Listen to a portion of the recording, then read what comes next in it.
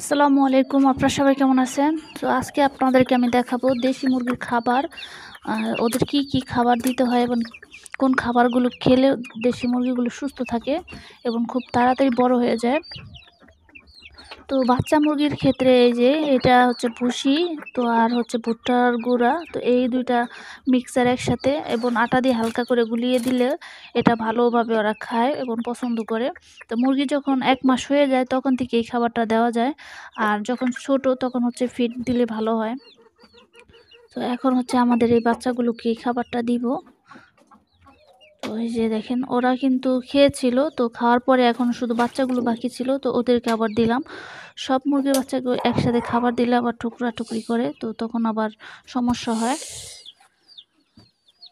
এই যে দেখেন এটার ভিতরে আবার বাচ্চাগুলো ঢুকে গেছে, তো এখন আমি নিয়ে আসতেছি ওদেরকে। আর আমাদের হাঁসগুলো এখন নিজেরা খাবার খায়, ওদের কোনো সমস্যা হয় না, ওদেরকে ধান গম দেই। আর দেশি মুরগিও কিন্তু ধান গম এগুলো খায়, তবে এক্সট্রা একটা খাবার বানিয়ে দিলে বেশি ভালো হয়। তো আমাদের মুরগির এগুলো ডিম পাড়া শুরু করে দিয়েছে এবং আমি কিছু ডিম জমিয়ে রাখছি।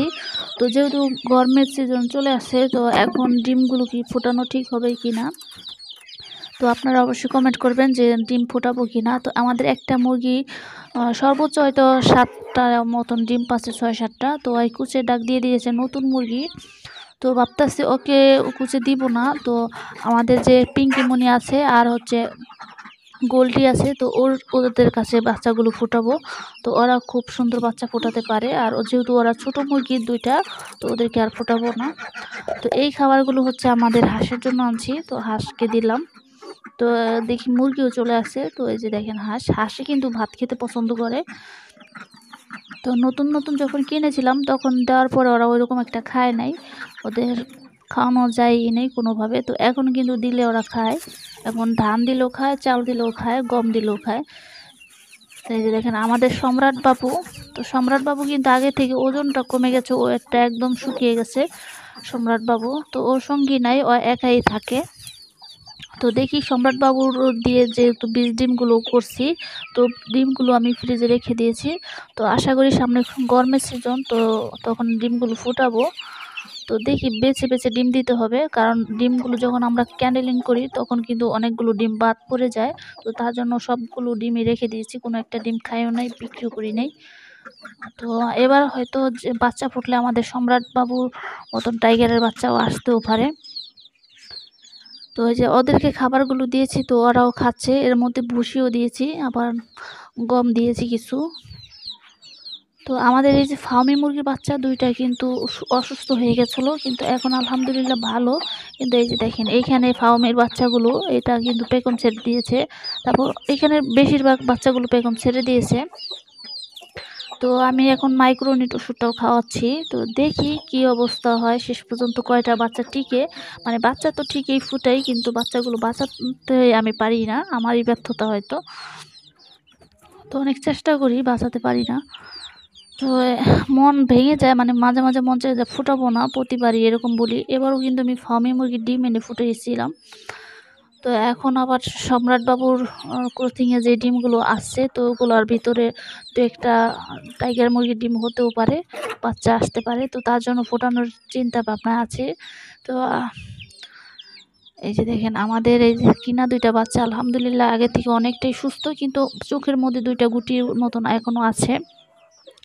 আর এগুলো হচ্ছে আমাদের কবুতরগুলো। তো কবুতরের ঘরটা এখানে দেওয়ার পরে ওদের যে খাবার দেওয়ার সিস্টেমটা ওইটা বানানো হয় নাই, আর ওরা নিচে নামে না। নিচে নেমে যদি খাবার খেত তাহলে খুব ভালো হতো, কিন্তু ওরা নিচে নামতে চায় না। তো এই যে আমাদের এই গাছগুলোর মধ্যেই দেখেন ফুল দিয়েছে, এটা হচ্ছে আমাদের চাইনিজ কমলা গাছ। তো এই চাইনিজ কমলা গাছে ফুল দিয়েছে, তারপর আমড়া গাছে ফুল দিয়েছে, হালকা হালকা দেখা যাচ্ছে ছোট ছোট ফুল।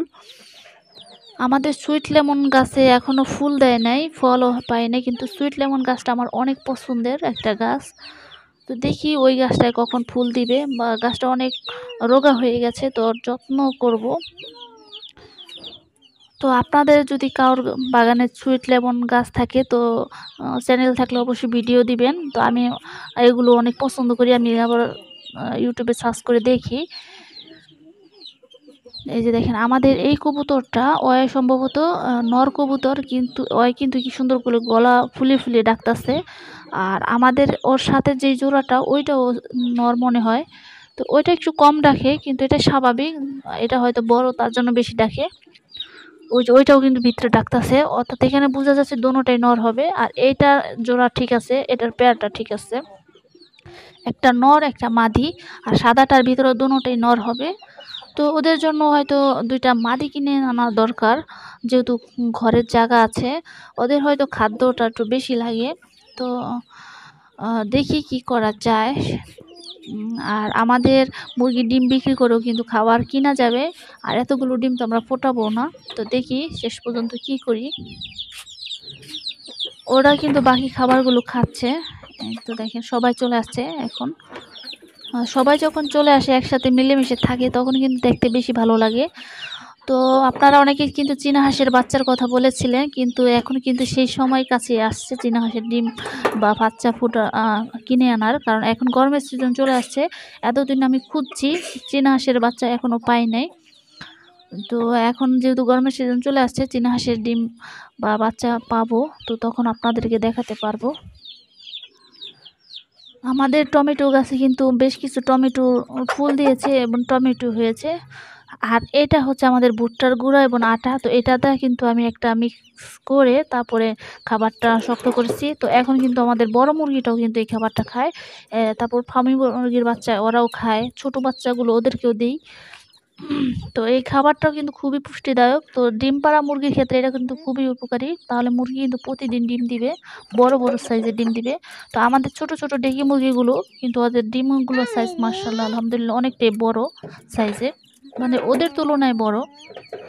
আর ওদের যখন বয়স হবে, ওরা যখন আরও বেশি বয়স হবে, তখন ওদের ডিমের সাইজটাও কিন্তু আরও বড় হবে। তো আজকের ভিডিও ছিল এই পর্যন্তই। আপনারা সবাই ভালো থাকবেন, সুস্থ থাকবেন। আসসালামু আলাইকুম।